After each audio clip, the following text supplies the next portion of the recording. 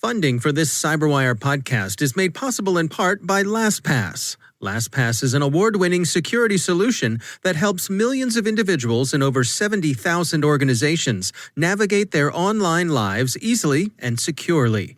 Businesses can maximize productivity while still maintaining effortless, strong security with LastPass.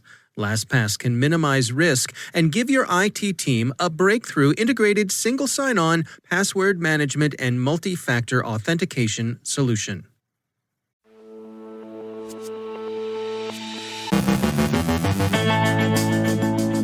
Ransomware becomes endemic in the healthcare sector. Cyber metaphors. We read a good one this morning. Does your cyber insurance indemnify you against state-sponsored attacks? More guilty pleas in the ex-eBayers Cyberstalking case. U.S. Cyber Command and others advise everyone not to see foreign election meddling where it isn't. David DeFore looks at the spookiest malware of 2020. Our guest is Travis LeBlanc from Cooley on the European Court invalidating the EU-US Privacy Shield. And what do we make of National Cybersecurity Awareness Month as it recedes into our collective rearview mirror?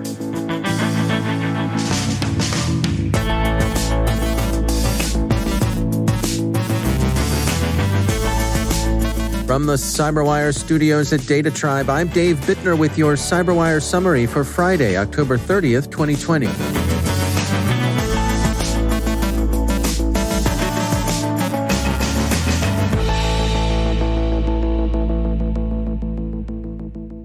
This week's warnings about hospitals and ransomware continue to move organizations to higher levels of alert and to be borne out in reported attacks.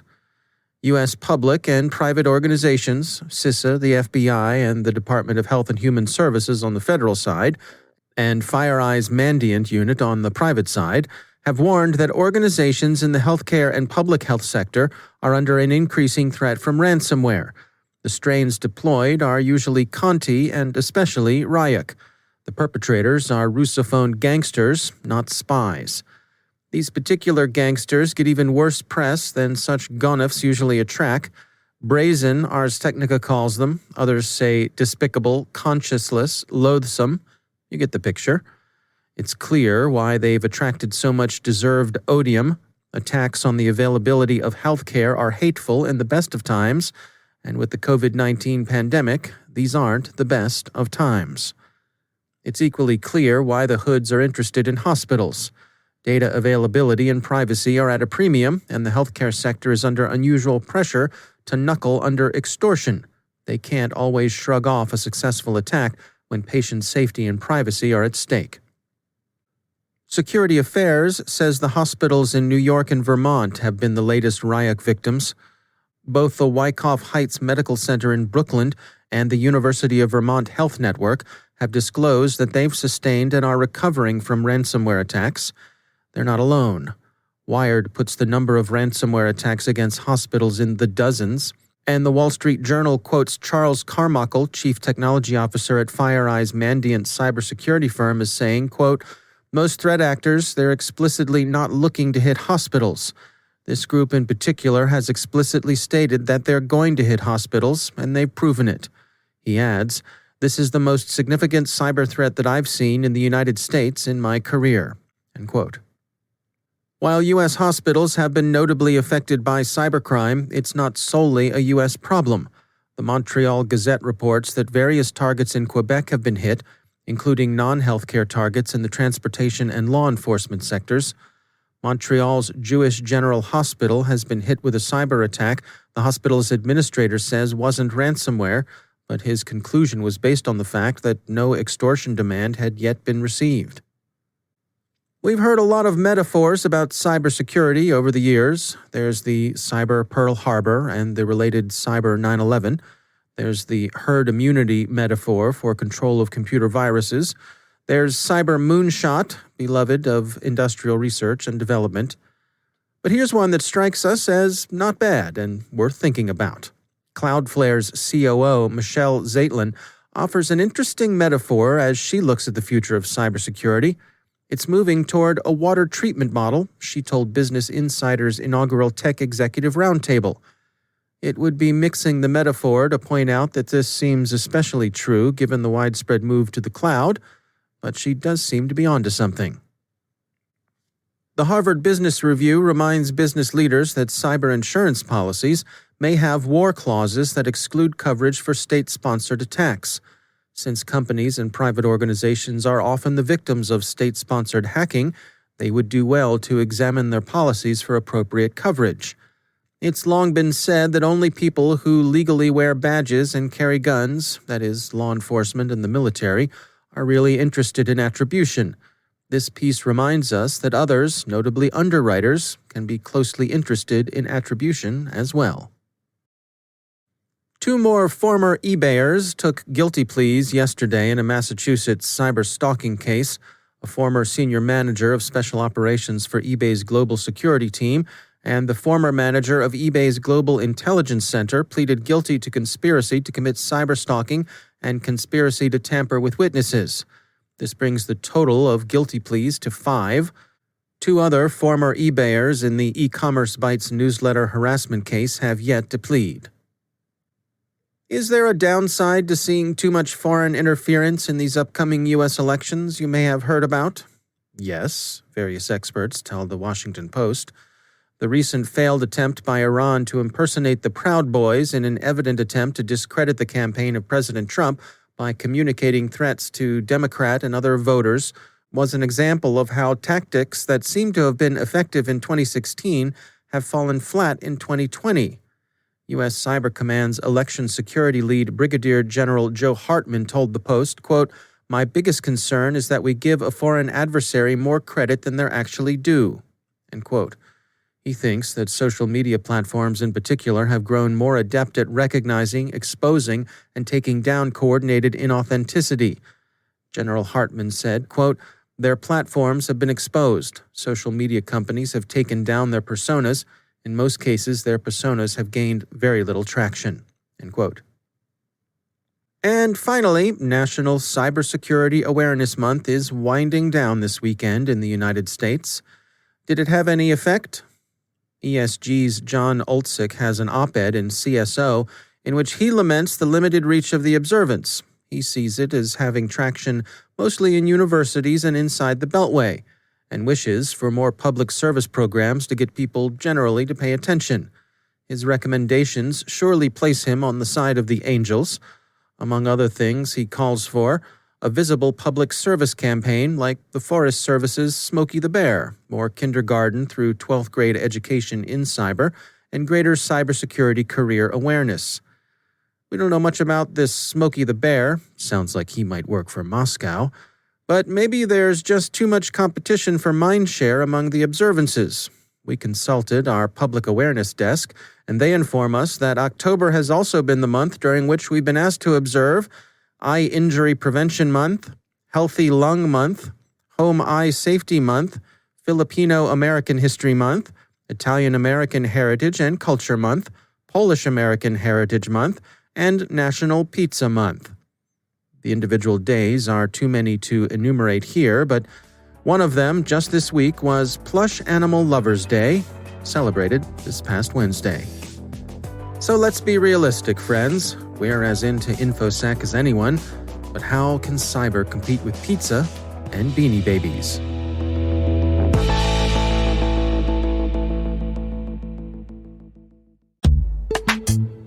And now, a word from our sponsor, Verizon.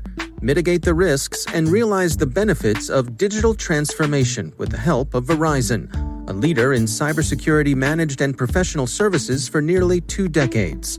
From secure cloud computing solutions to advanced detection and response capabilities, Verizon helps secure data, networks, and infrastructure of many of the world's best-known organizations.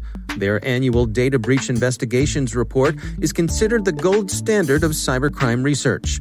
And Verizon's leadership in network, wireless, and IoT connectivity makes it uniquely capable of protecting the ever-expanding attack surface.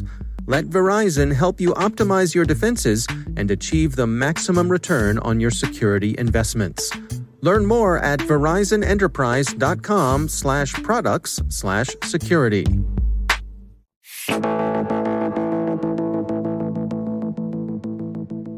My guest today is Travis LeBlanc from law firm Cooley LLC.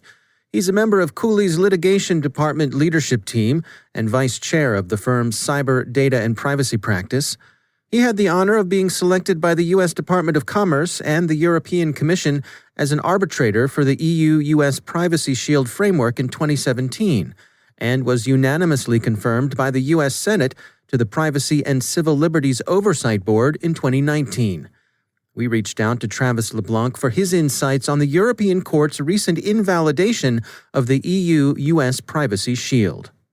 There was, prior to 2015 or so, a bilateral agreement between the United States and Europe that permitted the transfer of personal data about Europeans across the Atlantic to the United States. Safe Harbor was the framework that the United States had negotiated with Europe for a determination of adequacy. In 2015 or so, there was a decision out of the European Court of Justice, Schrems, now known as Schrems 1.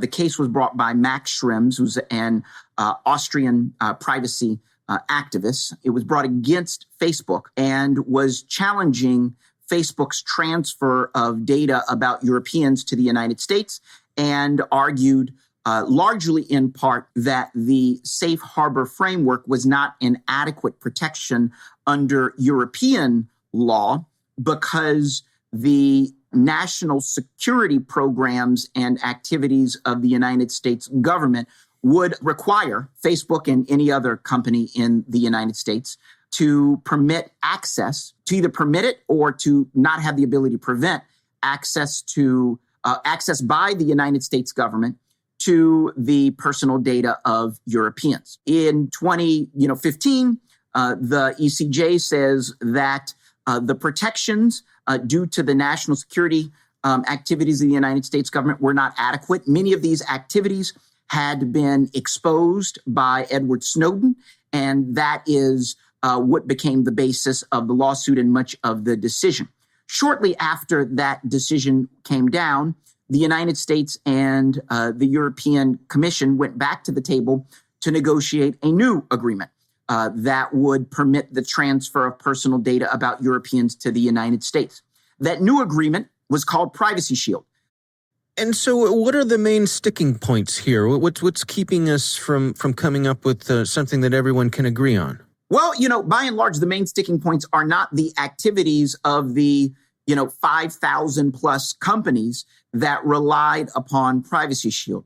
By and large, the concerns of the European Commission, of the European Court of Justice, are that there isn't a due process right for Europeans to challenge the exercise of the national security authorities of the United States government, that there isn't a way to, that some of the authorities exceed the privacy rights as they see it of Europeans in particular. It really does go to national security. And, the challenge after Safe Harbor was that the Privacy Shield framework did not come into existence along with substantial modifications to the intelligence authorities of the United States government. And so, part of the negotiation will certainly be around, what additional insurances the U.S. government can give as to the, transparency and the limits of the authorities of the United States intelligence community. But I do suspect that without changes to those authorities, meaning changes by law, it's going to be quite difficult to get the ECJ on board. Yeah, it's interesting. Well, getting back to the Privacy Shield issue, how do you suspect this is going to play out? What do you see as some of the possible resolutions here? The Europeans and the Americans are already negotiating. We know that they've been quite transparent about the existence of the negotiations. We've seen an effort by the U.S. Department of Commerce to try and keep the Privacy Shield framework, at least nominally, in existence. For example, the Department of Commerce has announced that it's going to continue to process applications to join Privacy Shield. I personally am perplexed by that decision because the European Court of Justice and the data protection authorities over in Europe have made quite clear that they don't view the Privacy Shield as a valid framework. And so, it's not clear to me why the Department of Commerce would want to keep that in play. But my best guess is that in the negotiations, the United States would seek to use the Privacy Shield framework as essentially a model for or a basis for whatever comes, next. I think the challenges that we really face right now, at least on the American side, what we have to do is give the Europeans the comfort that there is sufficient transparency and oversight of the intelligence community in the United States that they do not have to be concerned, about the NSA, for example, breaking into Facebook. That's going to be a challenge. The United States did a lot in the negotiations around Privacy Shield to try to assuage Europe of these concerns. And so I think the challenge we're going to face is, identifying who in the intelligence community in the United States is going to go to the table with the Europeans, and whether we will need to, make any changes to the, authorities of the ombudsperson, the authorities of the Privacy and Civil Liberties Oversight Board. So there's a lot on the table, and it is apparent that the Department of Commerce alone won't be able to make all the assurances that are necessary, but that the intelligence community, or at least some component of it, will have to be at the table, as well as it was in the negotiations after Safe Harbor and that put in place Privacy Shield. That's Travis LeBlanc from Cooley. You can hear our full interview over on the Caveat podcast, and it's also available in our interview selects as part of CyberWire Pro.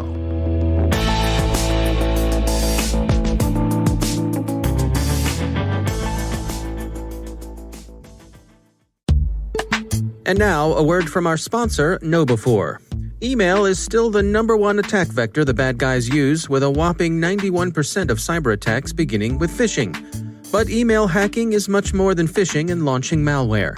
Find out how to protect your organization in an on-demand webinar by Roger A. Grimes, KnowBe4's data-driven defense evangelist. Roger walks you through 10 incredible ways you can be hacked by email and how to stop the bad guys. And he also shares a hacking demo by KnowBe4's Chief Hacking Officer, Kevin Mitnick. So check out the 10 incredible ways where you'll learn how silent malware launch, remote password hash capture, and rogue rules work, why rogue documents, establishing fake relationships, and compromising a user's ethics are so effective, details behind clickjacking and web beacons, and how to defend against all of these. Go to knowbe4.com/10 ways and watch the webinar. That's knowbe4.com/1 and 0 WAYS. And we thank KnowBe4 for sponsoring our show.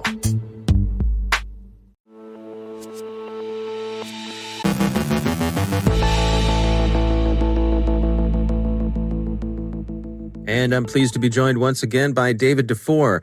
He's the Vice President of Engineering at WebRoot.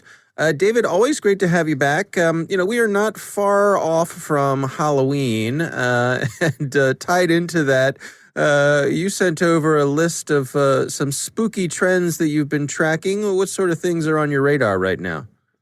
David, as always, great being here. And, the marketing folks, the PR folks, they wanted me to say spookiest, but to me, a lot of this is terrifying. So okay. To be clear, we're talking about cyber threats, and we continue to see huge uptick in threats around COVID phishing attacks. Attacks that are around stimulus checks and people trying to steal your bank account information. So I think that's all top of mind. People are aware of that, but we do need to, stay on top of the fact that those are coming at us. Even though we may know it, it's happening. So just stay aware of that. But that's kind of the general spooky, but we got some real fun ones here, David, if you're going to let me run in with this. Yeah, let's go. So to me, the most terrifying statistic I can throw out there is 5 years ago, 6 years ago, we'd see a ransomware attack, and it was your Aunt Judy whose, computer got locked up and they wanted $200 to unlock, her selfies, right? I mean, you can remember those days, right, David? Yeah. Well, now we're seeing the average ransomware payment north of $175,000.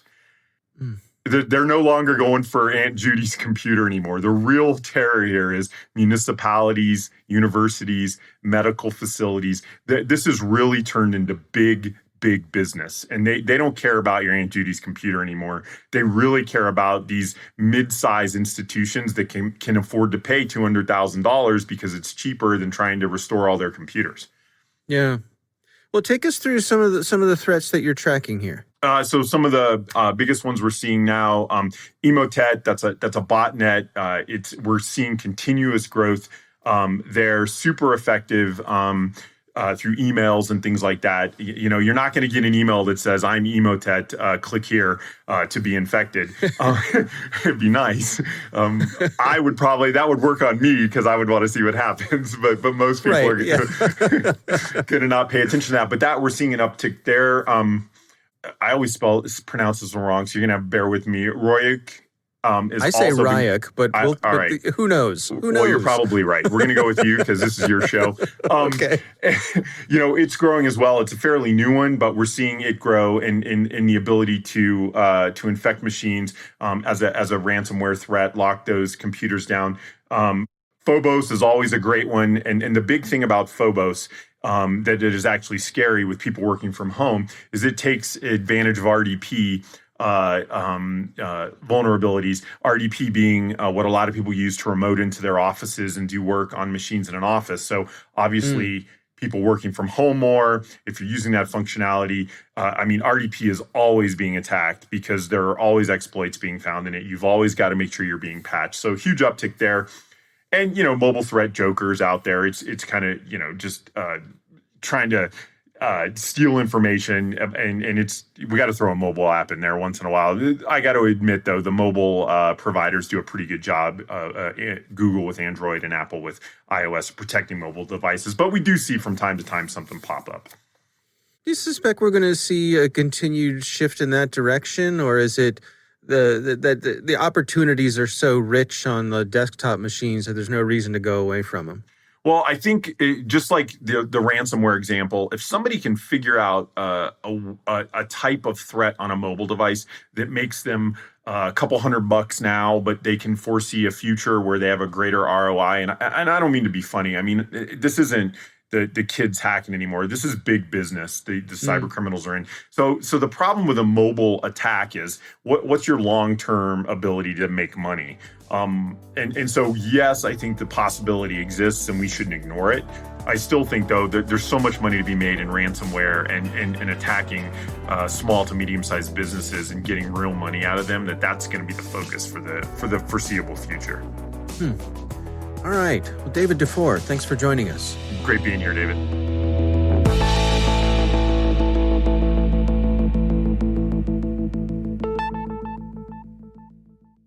Thanks to all of our sponsors for making the CyberWire possible, especially our supporting sponsor, Proofpoint's Observe It, the leading people-centric insider threat management solution. Learn more at observeit.com.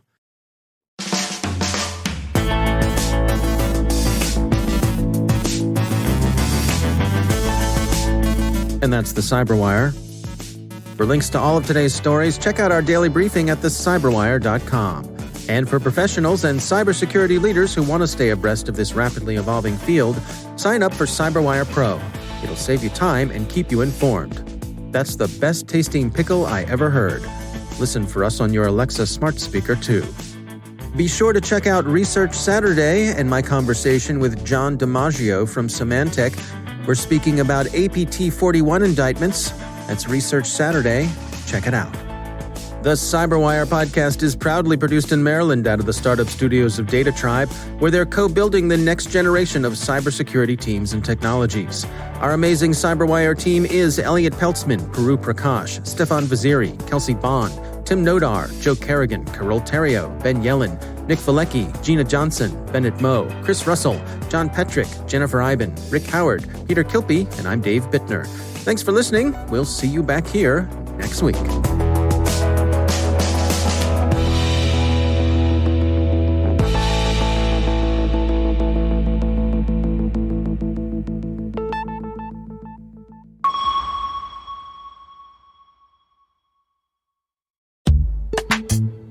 It's time to take a moment to tell you about our sponsor, Tanium. Today, we rely on endpoints for everything from remote work to mobile banking, telemedicine, and online learning. That's why managing and securing these endpoints has never been more important.